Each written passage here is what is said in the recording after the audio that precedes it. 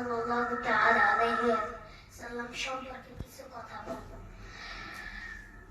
বিশ্বনবীর ছেলে সন্তান ছিল কায়দ।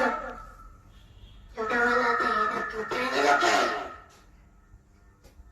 বেঁচে থাকেনি, ছোট্টবেলাতে ইন্তেকাল। যখন ছেলে সন্তান তিনজন মারা গেল, মুহাম্মদ তুমি নির্বংশ, তোমার নামটা মুখে তোলার মতো কেউ নাই, তিন ছেলে তো চলে গেল। মুহাম্মদ তুমি হলো আক্তার, আক্তার মানে নির্বংশ লেজ কাটা।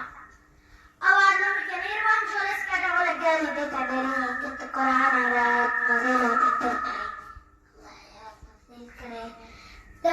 কন্ডি ঘোষণা করলেন, ইন্না শানিআকা হুয়াল আবতার। তোমার নবী নির্বংশ নয়, লেজ কাটা নয়। যারা আমার নবীকে গালি দিচ্ছিস তোরা লেজ কাটা না।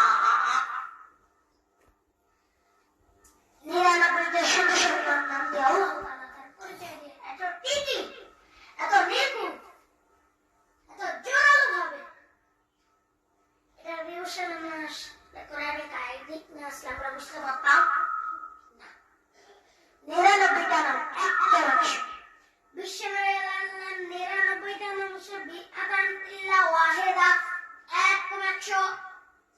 আর আকসাহা দখালাল জান্নাহ, যে ব্যক্তি 99 নাম মুখস্থ করে তার সিনার ভিতরে রাখবে, আল্লাহ তাআলা তাকে জান্নাত থেকে ধন্য করে দিবে।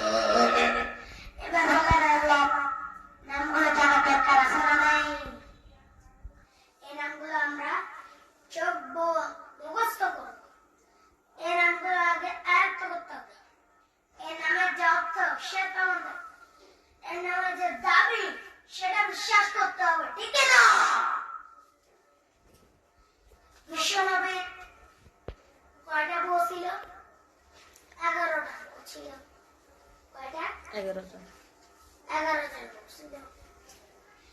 এক নম্বরে খাদিজা বিনত খুয়াইলিদ রাদিয়াল্লাহু তাআলা আনহা।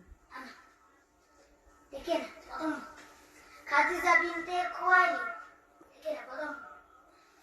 দ্বিতীয় নম্বরে আয়েশা বিনতে আবু বকর রাদিয়াল্লাহু তাআলা